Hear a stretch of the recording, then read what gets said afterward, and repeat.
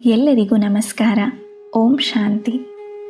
ನಿಮ್ಮ ತ್ವಚೆಯನ್ನು ಬಿಗಿಗೊಳಿಸಲು, ಸುಕ್ಕುಗಳನ್ನು ಕಡಿಮೆ ಮಾಡಲು ಅಥವಾ ಕೂದಲು ಉದುರುವುದನ್ನು ತಡೆಯಲು ನೀವು ದುಬಾರಿ ಕೊಲೆಜನ್ ಪೌಡರ್ ತೆಗೆದುಕೊಳ್ಳುತ್ತಿದ್ದೀರಾ? ಹಾಗಿದ್ದರೆ ಒಂದು ನಿಮಿಷ ನಿಲ್ಲಿ. ಇಂದು ನಾವು ನಿಮಗೆ ವೈಜ್ಞಾನಿಕ ಪುರಾವೆಗಳೊಂದಿಗೆ ಒಂದು ಸತ್ಯವನ್ನು ಹೇಳಲಿದ್ದೇನೆ. ಈ ದುಬಾರಿ ಪೌಡರ್ಗಳ ಅಗತ್ಯವಿಲ್ಲದೆಯೇ ನಿಮ್ಮ ದೇಹದ ಒಳಗಿರುವ ಕೊಲೆಜನ್ ಫ್ಯಾಕ್ಟರಿಯನ್ನು ಮತ್ತೆ ಹೇಗೆ ಆರಂಭಿಸಬಹುದು ಎಂಬ ರಹಸ್ಯ ಇಲ್ಲಿದೆ. ಇದು ಯಾವುದೇ ಪ್ರಚಾರವಲ್ಲ, ಕೇವಲ ಶುದ್ಧ ವಿಜ್ಞಾನ ಮತ್ತು ಆರೋಗ್ಯದ ಸತ್ಯ.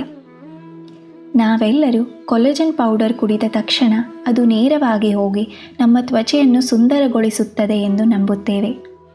ಆದರೆ ವಾಸ್ತವವೇ ಬೇರೆ ಇದೆ.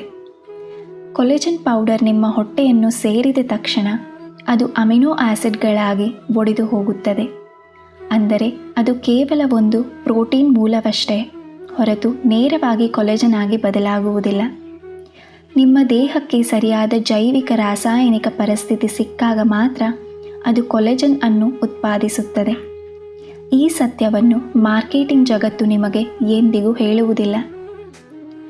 ಕೊಲೆಜನ್ ಫೈಬರ್ ಸೃಷ್ಟಿಯಾಗಬೇಕೆಂದರೆ ಪ್ರೋಲಿನ್ ಮತ್ತು ಲೈಸಿನ್ ಎಂಬ ಅಮಿನೋ ಆಸಿಡ್ಗಳು ಸಕ್ರಿಯಗೊಳ್ಳಬೇಕು. ಇದು ವಿಟಮಿನ್ ಸಿ ಇಲ್ಲದೆ ಅಸಾಧ್ಯ. ವೈದ್ಯಕೀಯ ವಿಜ್ಞಾನದಲ್ಲಿ ಇದನ್ನು ಹೈಡ್ರಾಕ್ಸಿಲೇಷನ್ ರಿಯಾಕ್ಷನ್ ಎನ್ನಲಾಗುತ್ತದೆ. ಪೌಡರ್ಗಳಲ್ಲಿರುವ ಕೃತಕ ವಿಟಮಿನ್ ಸಿಗಿಂತ ಪ್ರತಿದಿನ ಒಂದು ನೆಲ್ಲಿಕಾಯಿ ಅಥವಾ ಪೇರಳೆ ಹಣ್ಣನ್ನು ಸೇವಿಸುವುದು 100 ಪಟ್ಟು ಉತ್ತಮ. ನೆಲ್ಲಿಕಾಯಿ ದೇಹದಲ್ಲಿ ಕೊಲೆಜನ್ ಸಂಶ್ಲೇಷಣೆಯನ್ನು ನೈಸರ್ಗಿಕವಾಗಿ ವೇಗಗೊಳಿಸುತ್ತದೆ. ನಿಮ್ಮ ತ್ವಚೆ ಲವಲವಿಕೆಯಿಂದ ಇರಲು ಮತ್ತು ಸುಕ್ಕುಗಳು ಬೀಳದಂತೆ ತಡೆಯಲು ಸಲ್ಫರ್ ಬಾಂಡ್ಗಳು ಬೇಕು. ಇದು ಕೊಲೆಜನ್ ಫೈಬರ್ಗಳನ್ನು ಪರಸ್ಪರ ಜೋಡಿಸಿ ತ್ವಚೆಗೆ ಬಿಗಿತ ನೀಡುತ್ತದೆ. ಈರುಳ್ಳಿ, ಬೆಳ್ಳುಳ್ಳಿ, ಎಲೆಕೋಸು ಮತ್ತು ಮೂಲಂಗಿಗಳಲ್ಲಿ ನೈಸರ್ಗಿಕವಾಗಿ ಸಲ್ಫರ್ ಹೇರಳವಾಗಿದೆ. ಇದು ಲಿವರ್ ಅನ್ನು ಡಿಟಾಕ್ಸ್ ಮಾಡಿ ನಿಮ್ಮ ಮುಖದಲ್ಲಿ ನೈಸರ್ಗಿಕ ಕಳೆಯನ್ನು ತರುತ್ತದೆ. ಜಿಂಕ್ ಎಂಬುದು ಕೊಲೆಜನ್ ನಿರ್ಮಾಣದ ಶಿಲ್ಪಿ ಇದ್ದಂತೆ. ಜಿಂಕ್ ಕೊರತೆ ಇದ್ದರೆ ದೇಹವು ಕೊಲೆಜನ್ ತಯಾರಿಸಿದರೂ ಅದು ತುಂಬ ದುರ್ಬಲವಾಗಿರುತ್ತದೆ.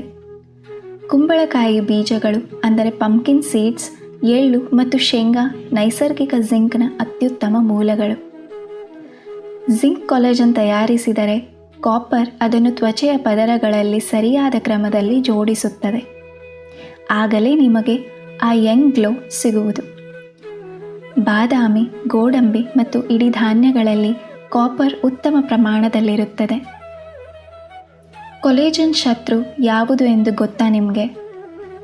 ನೀವು ಎಷ್ಟೇ ಪೌಡರ್ ತಿಂದರೂ ಅತಿಯಾದ ಸಕ್ಕರೆ ಸೇವಿಸಿದರೆ ಪ್ರಯೋಜನವಿಲ್ಲ. ಸಕ್ಕರೆಯು ದೇಹದಲ್ಲಿ ಗ್ಲೈಕೇಷನ್ ಎಂಬ ಪ್ರಕ್ರಿಯೆ ನಡೆಸಿ ಕೊಲೆಜನ್ ಅನ್ನು ನಾಶಪಡಿಸುತ್ತದೆ. ಇದರಿಂದ ತ್ವಚೆ ಬೇಗನೆ ವಯಸ್ಸಾದಂತೆ ಕಾಣುತ್ತದೆ. ದೇಹವು ಕೊಲೆಜನ್ ಅನ್ನು ಹೆಚ್ಚಾಗಿ ಉತ್ಪಾದಿಸುವುದು ನೀವು ಗಾಢ ನಿದ್ರೆಯಲ್ಲಿದ್ದಾಗ ಮಾತ್ರ. ರಾತ್ರಿ 10ರಿಂದ ಬೆಳಿಗ್ಗೆ 4 ಗಂಟೆಯವರೆಗಿನ ಸಮಯವು ರಿಪೇರ್ ಮೋಡ್ ಆಗಿರುತ್ತದೆ. ಈ ಸಮಯದಲ್ಲಿ ಸರಿಯಾದ ನಿದ್ರೆ ಇಲ್ಲದಿದ್ದರೆ ತ್ವಚೆಯ ಕಾಂತಿ ಕಡಿಮೆಯಾಗುತ್ತದೆ. ಸಸ್ಯಾಹಾರಿಗಳಾಗಿದ್ದರೆ ದಾಲ್ ಮತ್ತು ತರಕಾರಿಗಳ ಸೂಪ್ ಸೇವಿಸಿ. ಇದು ದೇಹಕ್ಕೆ ಬೇಕಾದ ಗ್ಲೈಸಿನ್ ಮತ್ತು ಪ್ರೋಲಿನ್ ಅನ್ನು ಒದಗಿಸುತ್ತದೆ. ಇದು ಕೊಲೆಜನ್ ಉತ್ಪಾದನೆಗೆ ಕಚ್ಚಾ ವಸ್ತುವಾಗಿದೆ. ನೀವು ಯಾವಾಗಲೂ ಹೆಲ್ದಿ ಆ್ಯಂಡ್ ಗ್ಲೋಯಿಂಗ್ ಆಗಿರಬೇಕು ಅಂದರೆ ಈ ಕ್ರಮಗಳನ್ನು ಪಾಲಿಸಲೇಬೇಕು. ಬೆಳಿಗ್ಗೆ ಖಾಲಿ ಹೊಟ್ಟೆಯಲ್ಲಿ ಒಂದು ನೆಲ್ಲಿಕಾಯಿ ಅಥವಾ ನೆಲ್ಲಿಕಾಯಿ ಜ್ಯೂಸ್ ಸೇವಿಸಿ. ಇದು ನಿಮ್ಮ ಕೊಲೆಜನ್ ಫ್ಯಾಕ್ಟರಿಯನ್ನು ಎಚ್ಚರಿಸುತ್ತದೆ. ಮಧ್ಯಾಹ್ನ ಸ್ನ್ಯಾಕ್ಸ್ ಆಗಿ ಒಂದು ಹಿಡಿ ಕುಂಬಳಕಾಯಿ ಬೀಜ ಮತ್ತು ಬಾದಾಮಿ ಸೇವಿಸಿ. ರಾತ್ರಿ 8 ಗಂಟೆಗಳ ಕಾಲ ನೆಮ್ಮದಿಯ ನಿದ್ರೆ ಮಾಡಿ. ನೆನಪಿಡಿ ಸ್ನೇಹಿತರೆ, ಆರೋಗ್ಯವು ಶಾರ್ಟ್ಕಟ್ಗಳಲ್ಲಿ ಸಿಗುವುದಿಲ್ಲ. ದೇಹವು ಪ್ರಕೃತಿಯ ನಿಯಮಗಳನ್ನು ಅನುಸರಿಸುತ್ತದೆ.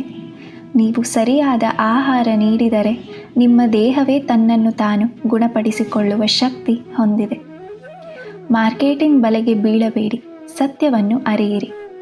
ಈ ಮಾಹಿತಿ ನಿಮಗೆ ಇಷ್ಟವಾದಲ್ಲಿ ನಿಮ್ಮ ಆತ್ಮೀಯರೊಂದಿಗೆ ಶೇರ್ ಮಾಡಿ. ಇಂತಹ ಇನ್ನಷ್ಟು ಆರೋಗ್ಯ ರಹಸ್ಯಗಳಿಗಾಗಿ ನಮ್ಮ ಚಾನಲ್ಗೆ ಈಗಲೇ ಸಬ್ಸ್ಕ್ರೈಬ್ ಮಾಡಿ. ಆರೋಗ್ಯವೇ ಭಾಗ್ಯ. ಮಂದವಾಗಿ ಎಚ್ಚರಿಕೆಯಿಂದ ಸಮತೋಲನದಿಂದ ಬದುಕೋಣ. ಧನ್ಯವಾದಗಳು.